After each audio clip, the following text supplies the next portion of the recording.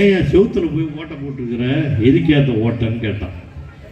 அந்த வீட்டுக்காரன் சொன்னானா, பூனை எங்கள் வீட்டில் நிறைய இருக்குது, அது போகிறதுக்காக இந்த ஓட்டையை போட்டிருக்கேன்னா. பூனை போகிறதுக்கு வேணா ஓட்டை போடுவானா? சரி போட்டான். அப்புறம் ஒரு வாரம் ஆச்சு.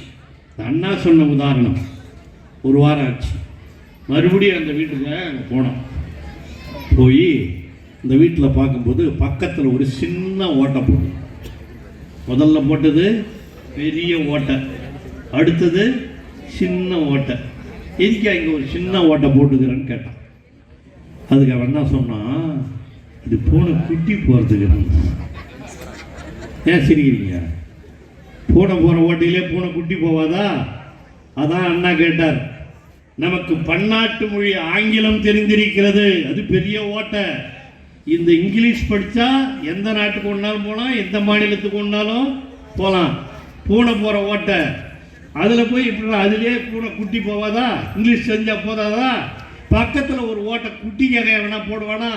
எங்களை இந்தி போட்டின்னு சொல்கிறது இந்த பக்கத்தில் குட்டி போகிறதுக்காக போட்ட ஓட்டை மாதிரிடா என்று சொன்னவர் பேரறிஞர் அண்ணா. இதை படிக்கிற மாணவ மாணவிகள்லாம் நிறைய தெரிஞ்சுக்கணும். இதெல்லாம் அதுக்காக தான் இருமொழி கொள்கை. 2 மொழி போதும். செய்திகளை உடனுக்குடனும் துல்லியமாகவும் தெரிந்து கொள்ள சப்ஸ்கிரைப் பண்ணுங்க.